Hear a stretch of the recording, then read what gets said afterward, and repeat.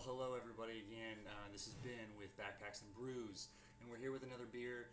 This is one I've never done before, I've never had before. I've seen it on the shelf many times, and just never picked it up. But someone gave it to me the other day, and I said, okay, well, this is a beer that could be good for the outdoors, minus the bottle. But it's hot outside today, and so I just kind of wanted to try something that was just a nice pale ale. And so this is a beer. It's called Phin and Matt's Extraordinary Ale from Southern Tier Brewing Company in New York. It says it's brewed with 3 different varieties of hops and 3 different types of malts. It does have a date on it, though I'm struggling seeing it. It's kind of all scratched off, so it's hard for me to tell. But it is considered a pale ale. It's 5.7% ABV. I think I'm going to go do some yard work after this because it's just the perfect beer for me to take out there with me. So let's pop the top. Let's get into the glass. Pour someone aggressive to pick up that head. And it pours with a nice head, pretty tight, white creamy head, pretty clear in the glass, and not much carbonation coming up from the bottom, not a whole lot of bubbles,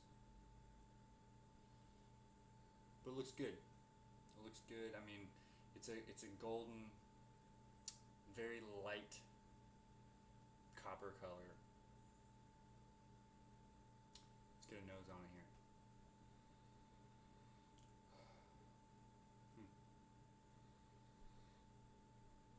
Let's try to bring some aroma up here. I mean, hard to say. I don't smell much hop character at all in that beer. It's all malt.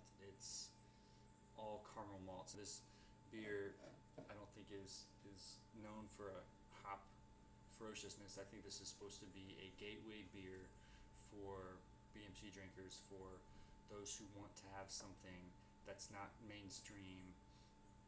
And so it's a very clean, crisp looking beer, pale ale style, definitely on the look. And I'm just getting lots of caramel malts, so I'm getting that caramel malt. It actually smells a little bit like Maris Otter. But let's give it a taste.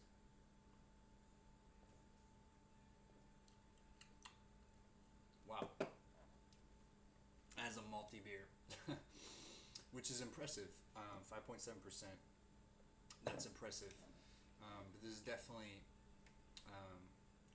got a lot of sweetness, candied sugar kind of taste to it. But it does have a little bit of hop bitterness at the end, and it kind of dries things out at the end, which I like. It's nice. It's nice and drinkable.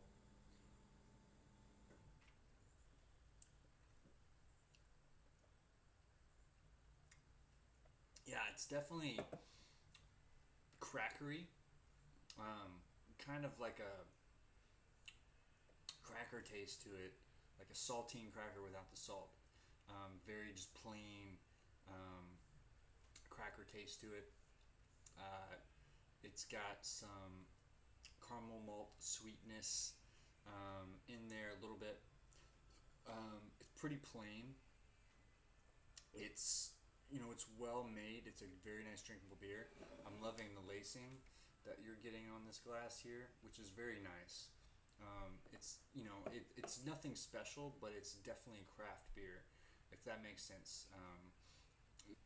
There is an earthy hop, grassiness that's hard to pick up exactly. I'm curious what kind of hops they use. It said they use 3 different hop varieties. This one is definitely very earthy, definitely very grassy. It feels like a hayfield. I don't know if that even makes sense. But this is a good beer for the outdoors. or for coming back from the outdoors.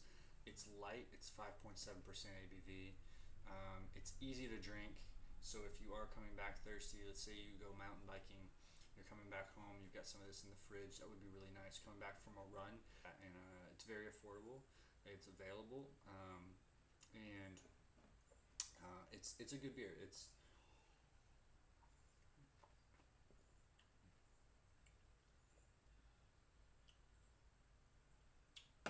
I mean, it's a B minus for me, just because there's so much beer that's better.